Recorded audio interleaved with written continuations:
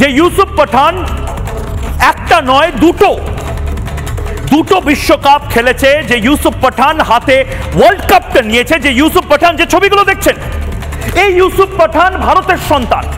এই ইউসুফ পাঠানকে নিয়ে আমরা সবাই গর্বিত। এই ইউসুফ পাঠানকে, এই রাষ্ট্রবাদী জাতীয়তাবাদী ইউসুফ পাঠানকে নিয়ে 140 কোটি মানুষ গর্বিত। সেই ইউসুফ পাঠানকে মমতা বন্দ্যোপাধ্যায় পাঠাতে চান না, অভিষেক বন্দ্যোপাধ্যায় পাঠাতে চান না। কেন? আর প্রথমত অভিষেক বন্দ্যোপাধ্যায়, মমতা বন্দ্যোপাধ্যায় কে এক্ষেত্রে? ইউসুফ পাঠান তৃণমূলের সাংসদ নয়, ভালো করে বুঝুন।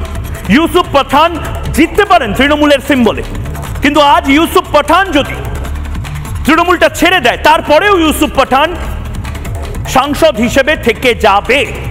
দলবিরোধী যে সমস্ত আইন আছে সেই সমস্ত আইন বলবৎ হতে পারে, কিন্তু ইউসুফ পাঠান তার কোথাও, তার কোনো কাগজে তৃণমূল সাংসদ লেখা থাকে না, লেখা থাকে লোকসভার সাংসদ।